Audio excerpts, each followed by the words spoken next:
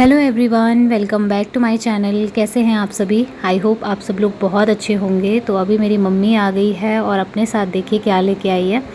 ये एक साड़ी लेके आई है, बहुत ही सुंदर सी साड़ी है जो कि मेरे लिए करवा चौथ का गिफ्ट है मेरी मम्मी की तरफ से। मेरी मम्मी ना हर करवा चौथ पे अपनी तरफ से साड़ी लेके आती है मेरे लिए, और जो भी साड़ी वो लेके आती है ना इतनी सुंदर होती है, इतनी प्यारी होती है कि मुझे एक ही नज़र में पसंद आ जाती है। तो ये मेरी मम्मी की तरफ से गिफ्ट रहता है हर साल का, क्योंकि मेरी मम्मी का व्रत तो नहीं रहता है करवा चौथ का, लेकिन मेरे व्रत के लिए वो बहुत ज़्यादा एक्साइटेड रहती हैं। तो अभी वो कह रही थी कि मैं पूरी साड़ी एक बार तुझे खोल के दिखा देती हूँ, अच्छी लगी है तो बता दे, नहीं अच्छी लगी है तो वो भी बता दे। लेकिन मैंने कहा नहीं मम्मी, इतनी प्यारी साड़ी है किसे अच्छी नहीं लगेगी। बहुत सुंदर इसका कलर था। कैमरे में तो इतना अच्छा इसका कलर आ भी नहीं रहा था पूरा निखर के, लेकिन रियल में जब देखा जा रहा था ना तो बहुत अच्छा लग रहा था। और जब हस्बैंड आए थे उन्होंने भी ये साड़ी देख के बहुत तारीफ़ करी थी कि बहुत ही प्यारा सा कलर है और अच्छा लगेगा तुम पर।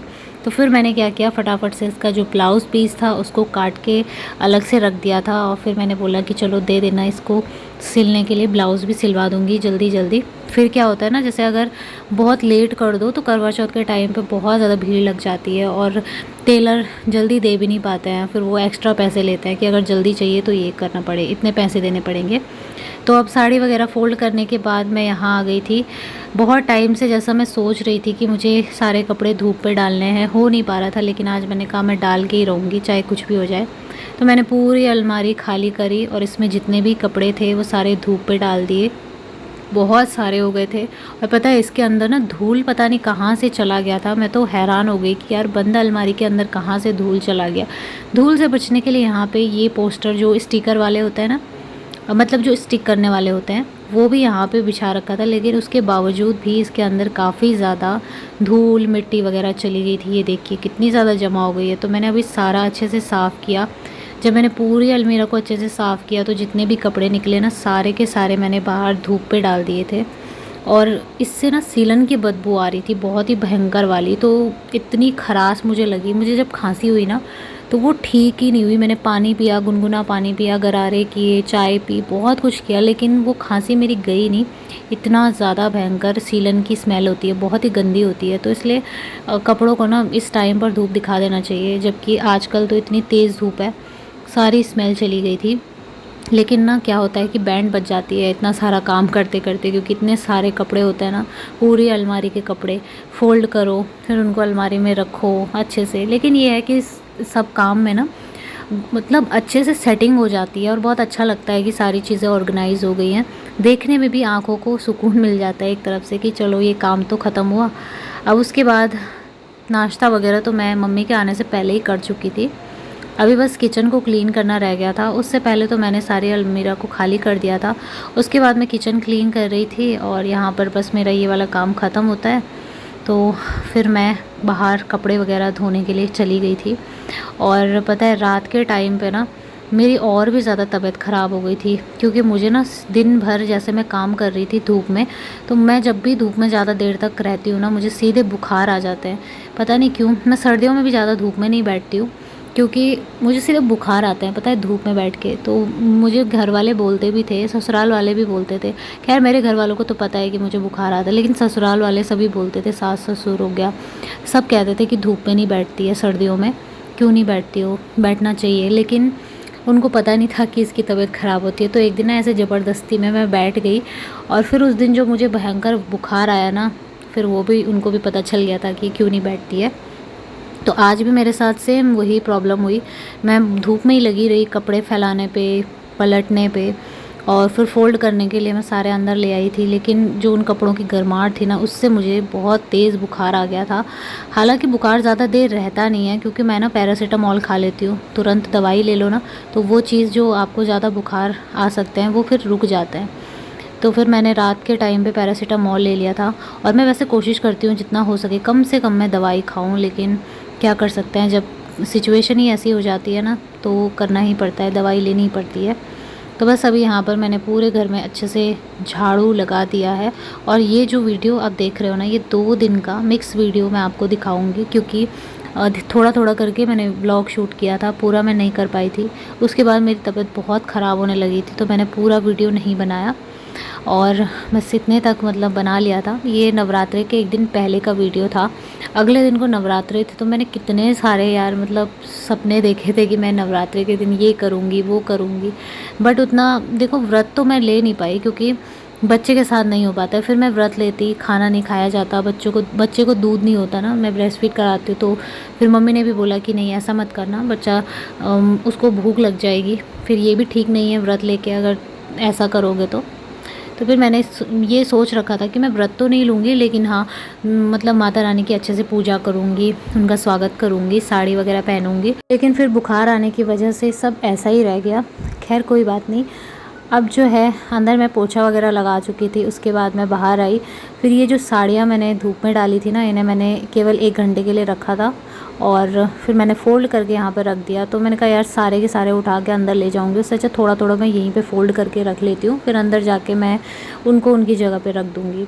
तो धूप में ही सारा काम चल रहा था, स्वेटर सब कुछ आप देख ही सकते हो, सारी चीज़ें मैंने बाहर डाली हुई है। और ये टाइम ना कोई 10 बजे 10 साढ़े 10 बजे का शायद हो रहा था। इस टाइम पर तो इतनी तेज़ धूप रहती है, मतलब डायरेक्टली सर के ऊपर से धूप लगती है। और हमारे यहाँ पे तो ना इतनी तेज़ धूप रहती है कि मैं क्या बताऊँ, बहुत नज़दीक ऐसा लगता है, बिल्कुल सूर्यदेव बिल्कुल नज़दीक ही आ चुके हैं।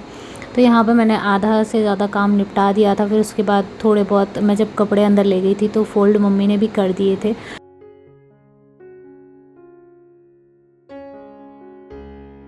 तो ये सब काम वाम निपटाने के बाद ना तुरंत इसके बाद ही से ही मुझे ना एकदम गर्माहट सी महसूस हो रही थी अपनी बॉडी में। मुझे ऐसा लग रहा था कि भाई मुझे अब बुखार आ रहे हैं, क्योंकि बुखार आने का ना अलग से ही पता चल जाता है।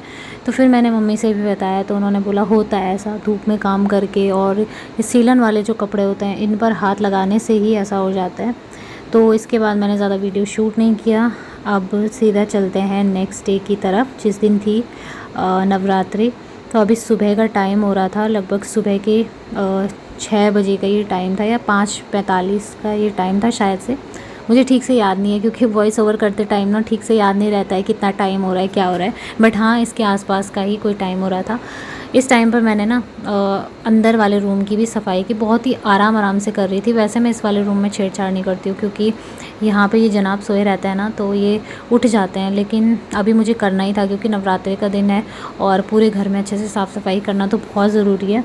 तो मैंने फिर ये वाले रूम में भी आके धीरे धीरे काम शुरू कर दिया था। उसके बाद मैं बाहर चली गई थी लाइट बंद करके, और इसके उठने का टाइम वही रहता है 7 साढ़े 7 बजे। कभी तो ये मतलब 6 बजे ही उठ जाता है, लेकिन अगर अभी मैं बहुत तेज़ आवाज़ करती ना तो ये अभी उठ जाता। बट वही है कि मैं थोड़ा थोड़ा करके काम कर रही थी तो इसे पता नहीं चल रहा था क्या हो रहा है। और हस्बैंड जो है बाहर मंदिर गए हुए थे, वो दिया बत्ती करने में, जब नवरात्रि या कोई भी त्यौहार रहता है ना तो वो बहुत टाइम लगाते हैं मंदिर में। तो मुझे पता था उनको देर होने वाली है, और अगर मैं रुक गई या अभी मैंने काम नहीं किया तो फिर ये काम ऐसे का ऐसे ही रह जाएगा और मुझे देर भी हो जाएगी। हमेशा मैं जल्दी उठती हूँ हमेशा, लेकिन आज ना बुखार की वजह से मेरा शरीर इतना ज़्यादा थक गया था कि मुझसे उठा ही नहीं गया सुबह। और देखिए ना, मतलब नवरात्रि का टाइम था और मैं आज ही के दिन आराम से उठी, क्योंकि हेल्थ का भी देखो ध्यान रखना बहुत ज़रूरी है। अब ये भी नहीं है तबीयत ठीक नहीं है, पर लगे हुए हैं। तो मैंने कहा चलो कोई बात नहीं, मैं फिर 5:30 बजे ही उठ गई थी। वैसे मैं 4 बजे उठ जाती हूँ, और जब त्यौहार रहता है ना तो उठना भी पड़ता है, अच्छा लगता है, मतलब एक त्यौहार वाली फीलिंग आती है। लेकिन नहीं हो पाया तो चलो कोई बात नहीं। अब इतना गिल्ट भी मैं अपने दिल में नहीं रखती हूँ, क्योंकि तबीयत ख़राब होना किसी के हाथ में नहीं होता है ना, कोई वश नहीं चलता है उस पर अपना। तो बस अब जितना टाइम था उसी में मैंने फटाफट से अपना काम निपटा लिया, झाड़ू पोछा कर दिया और किचन वगैरह की क्लीनिंग कर दी। फिर मैं नहाने चली गई थी, और नहा के आई तब मैंने नाश्ता वगैरह बनाया था। तो अभी तो यहाँ पर ये सारा काम चल रहा है, और बहुत ही आराम से धीमा धीमा मैं ये सारा काम निपटा रही हूँ झाड़ू पोछा करने का। और हाँ फ्रेंड्स, एक और चीज़ मैं आप लोगों के साथ शेयर करूँगी। मैं ना वीडियो देखती हूँ तो उस टाइम पर मुझे ध्यान आता है, वैसे चाहती तो हूँ बोलूँ कि, लेकिन नहीं बोल पाती हूँ, मतलब ध्यान नहीं रहता इसलिए।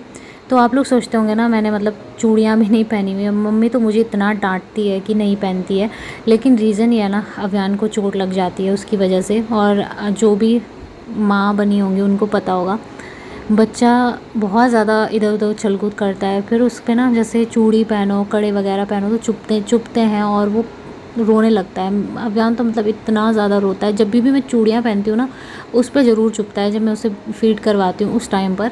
तो फिर मैंने ना वो निकाल के ही रखी हुई हैं, किसी किसी टाइम में पहन लेती हूँ एक एक कड़े, लेकिन आज नवरात्रे थे तो फिर मम्मी ने कहा आज तो कम से कम पहन ले, कांच की चूड़ियाँ बहुत अच्छी मानी जाती है। तो फिर मेरे पास रखी हुई थी, मैंने कहा चलो पहन लेती हूँ। लेकिन जब मैंने उसको फ़ीड करवाया ना तो इन चूड़ियाँ भी चुभ ही रही थी उस पर, तभी भी मतलब वो बहुत ज़्यादा रो रहा था। फिर मैंने रखी थी, मतलब पूरा दिन मैंने पहन के रखी थी और फिर रात के टाइम में मैंने एक एक कड़े डाल दिए थे।